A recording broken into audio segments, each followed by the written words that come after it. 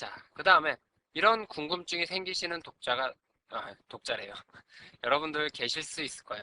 그러면은 엘리먼트가 값을 가지고 있고 어트리뷰트를 가지고 있을 때 어떻게 선언할 수 있을까? 라는 궁금증이 생기신 분들도 계실 거예요. 자, 무슨 얘기냐면 이와 같이 프라이스 엘리먼트가 유닛이란 어트리뷰트도 가지고 있고 그리고 이와 같이 값도 가지고 있다 라는 이런 엘리먼트를 선언하고 싶어요.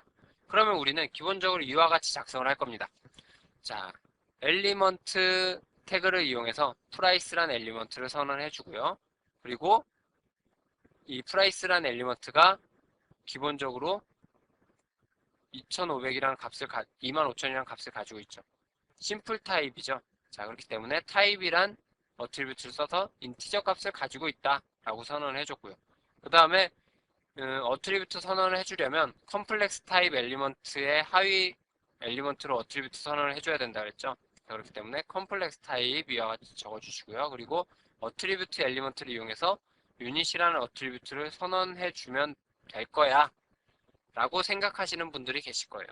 자, 우리가 지금까지 배웠던 내용들을 이제 응용해서 이와 같은 엘리먼트를 선언해보면 자, 이와 같이 작성을 하실 수가 있을 겁니다. 근데 이거는 잘못된 선언이에요. 자, 왜 잘못됐느냐? 자, 이 엘리먼트는 심플 타입이나 컴플렉스 타입 둘 중에 한 가지 데이터 타입을 가져야만 해요. 자, 근데 보면은 타입이란 어트리뷰트를 사용했다라는 건 뭘 의미해요? 심플 타입이라는 걸 의미하죠. 근데 컴플렉스 타입 엘리먼트를 선언했어요. 컴플렉스 타입이란 엘리먼트를 사용했다는 건 뭘 의미해요? 얘가 컴플렉스 타입이라는 걸 의미해요. 자, 심플 타입, 컴플렉스 타입 둘 중에 한 가지만 가져야 된다고 그랬는데 심플 타입과 컴플렉스 타입이 동시에 나오고 있죠. 자, 그렇기 때문에 얘는 잘못된 선언 방법입니다. 그래서 이거를 간단히 얘기하면 엘리먼트를 선언할 때 타입이란 어트리뷰트와 하위의 컴플렉스 타입이란 엘리먼트는 동시에 사용될 수 없습니다. 동시에 가질 수 없어요. 자, 그렇기 때문에 이 선언이 바로 잘못된 선언이라는 겁니다. 자, 그럼 이건 어떻게 선언할 수 있느냐? 이와 같이 바꾸시면 됩니다. 자, 그래서 엘리먼트가 어트리뷰트를 가지고 있기 때문에 이렇게 컴플렉스 타입으로 선언을 해주시고요.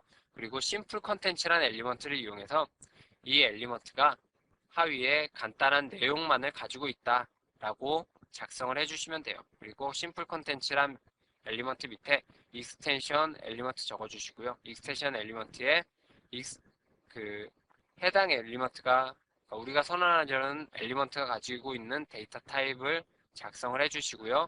익스텐션 엘리먼트 하위에다가 이렇게 어트리뷰트 선언을 적어주시면 됩니다. 자, 선을 똑바로 그리려고 그랬는데 제 마음이 삐뚤어졌는지 선이 잘 똑바로 안 그어지네요. 자, 어쨌든 자, 이와 같이 엘리먼트가 하위에 값도 가지고 있고 어트리뷰트도 가지고 있을 때 우리는 이와 같이 타입과 컴플렉스 타입을 동시에 선언하면 안 된다는 사실과 엘리먼트가 값과 어트리뷰트를 동시에 가지고 있을 때 우리는 이와 같이 컴플렉스 타입으로 선언해주고 심플 컨텐츠라는 엘리먼트와 익스텐션이라는 엘리먼트를 이용해서 어트리뷰트와 값을 동시에 갖는 엘리먼트를 선언할 수 있다라는 걸 이해하고 계시면 됩니다. 자, 그 다음에 이제 제가 마지막 페이지입니다. 자, 어너니머스 타입과 마지막 페이지는 아니네요. 생각해보니까. 자, 어쨌든 어너니머스 타입과 이제 제가 네임드 타입에 대해서 설명을 드리도록 하겠습니다. 자, 어너니머스 타입은 뭐예요? 우리가 FTP 접속할 때 아무나 접속할 수 있는 FTP일 경우에 그러니까 누구나 접속할 수 있는 FTP일 경우에 우리가 접속 아이디를 어너니머스라고 쓰죠. 어너니머스라는 건 익명의 사용자를 이야기를 합니다. 마찬가지로 XML 스키마에서도 어너니머스 타입이라고 하면 이름이 없는 데이터 타입을 이용해요. 가령 우리가 지금까지 선언했던 게 이제 모두 그 어너니머스 타입인데 가령 어더란 엘리먼트가 하위에 북이라는 엘리먼트를 가지고 있어요. 자, 근데 이 어더가 북이라는 엘리먼트를 가지고 있을 때 우리가 컴플렉스 타입과 시퀀스라는 엘리먼트를 이용해서 이렇게 북이라는 엘리먼트를 선언해 줬죠. 자, 그리고 또 북이라는 엘리먼트가 하위에 네임과 넘버라는 엘리먼트를 가지고 있어요. 그러면 역시나 컴플렉스 타입과 시퀀스 타입을 이용해서 이와 같이 네임과 넘버라는 엘리먼트 선언을 해줬어요. 뭐 별로 이상한 구문은 아닙니다. 굉장히 정상적인 구문이에요. 뭐 올바로 작성되기도 한 구문이고요. 뭐 틀렸다는 구문은 아닙니다. 그냥 뭐 우리가 지금까지 이와 같이 선언 방법을 사용했다라는 거예요. 마찬가지로 어드라는 엘리먼트가 북이라는 엘리먼트 말고 컴퓨터라는 엘리먼트도 가지고 있네요.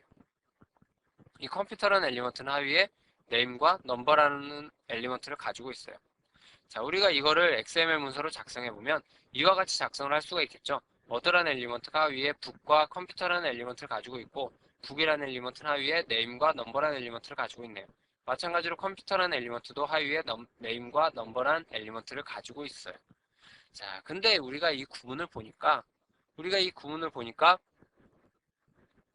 뭐좀 중복된 부분이 있죠. 어떤 부분이 중복됐냐면 북이라는 엘리먼트가 name과 number라는 엘리먼트를 하위에 가지고 있어요. 마찬가지로 컴퓨터라는 엘리먼트도 하위에 name과 number라는 엘리먼트를 가지고 있어요.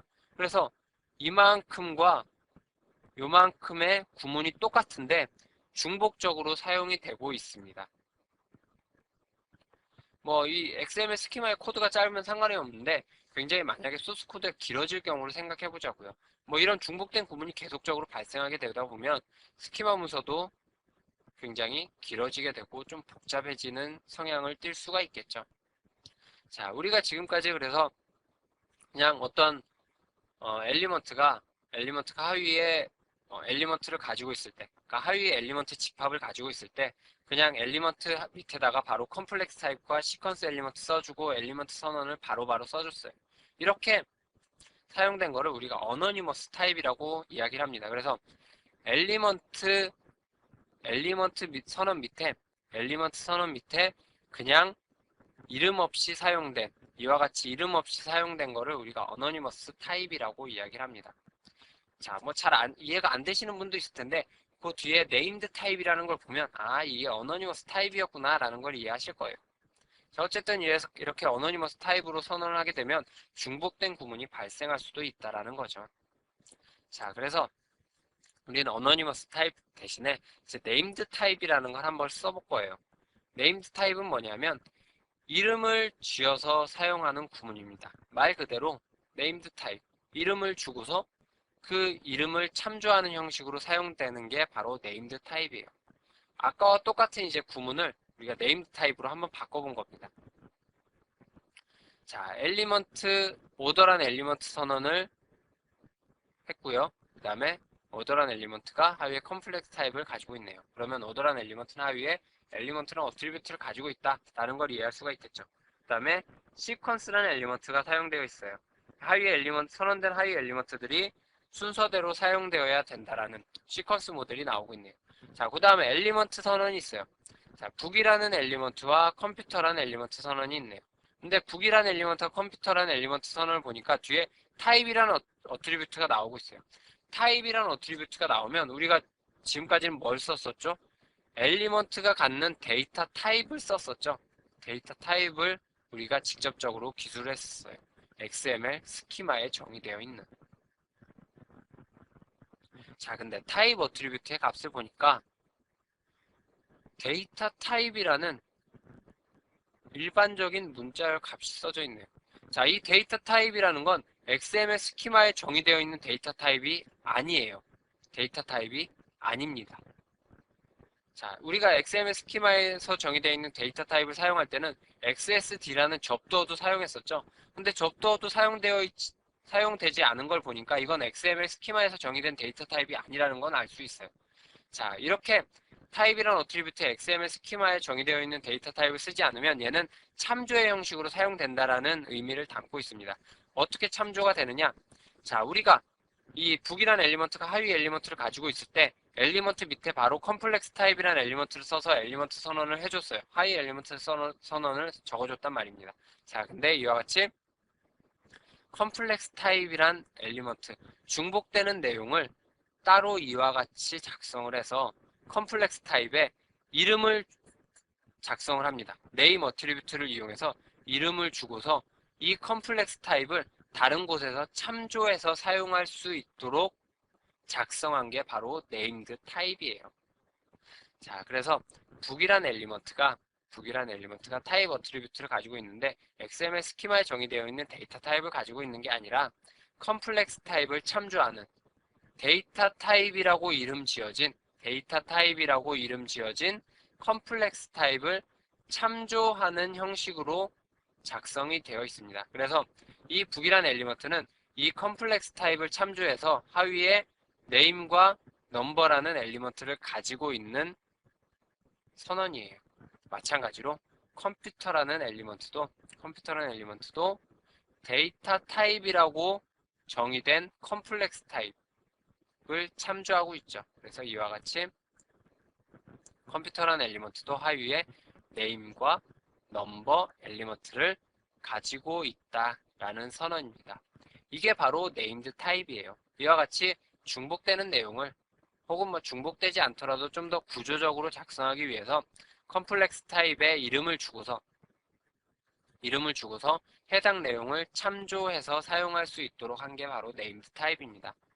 자, 우리가 지금까지 작성했던 건 어노니머스 타입이죠. 이름 없이 그냥 그 엘리먼트 선언 밑에 하위에 컴플렉스 타입이라는 엘리먼트를 사용해서 모든 엘리먼트 선언을 다 작성을 해줬어요. 자, 이제 네임 타입과 어노니머스 타입 무엇인지 이해가 되시죠? 그래서 여러분들이 중복되는 내용이 없다라고 하면 어노니머스 타입으로 그냥 작성하셔도 무방합니다. 무방하시고, 그리고 네임 타입은 이렇게 특별히 중복되는 내용이 있을 때 네임 타입으로 작성을 하시면 돼요. 근데 일반적으로 어노니머스 타입보다는 네임드 타입을 많이 사용을 하더라고요. 제가 몇 년 동안 이렇게 XML을 해보다 보니까 XML 스키마를 사용하는 데 있어서 어노니머스 타입보다는 네임드 타입을 많이 사용을 하는 것 같습니다.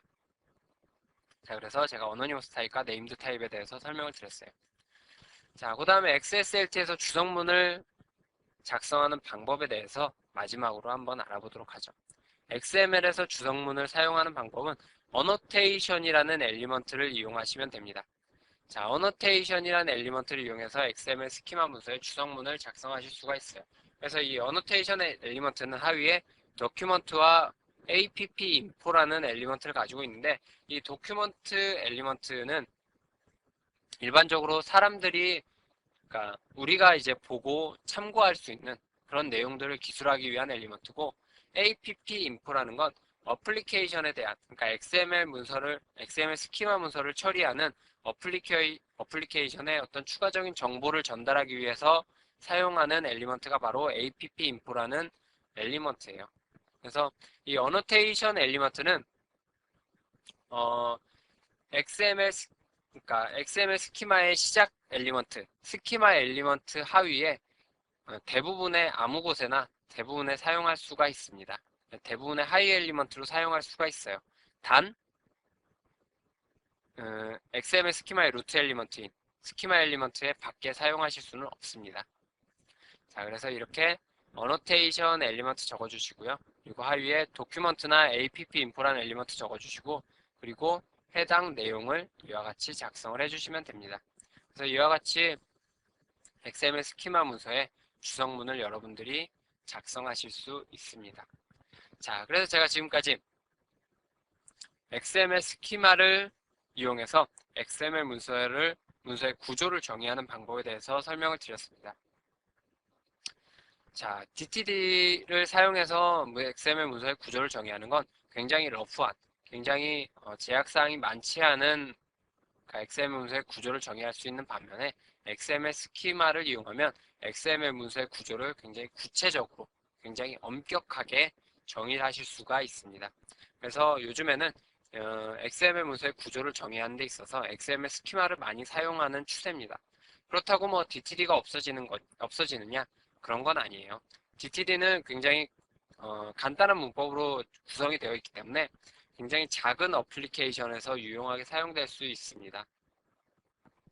핸드폰에 사용하는 XML 문서의 구조를 정의하기 위해서 XML 스키마를 이용해서 굉장히 많은 용량의 구조를 정의하는 것보다는 오히려 DTD를 이용해서 적은 용량의 어떤 XML 문서의 구조를 정의하는 게 더 효율적일 수도 있겠죠. 그래서 제가 제 이건 개인적인 생각입니다만 DTD와 XML 스키마는 서로를 어떻게 보완해주는 그런 차원에서 아마도 계속적으로 사용될 수 있으리라고 생각을 합니다. 자, 어쨌든 9장 XML 스키마에 대해서 여러분들께 강의를 해드렸고, 자, 그래서 9장은 여기까지 하도록 하겠습니다. 수고하셨습니다.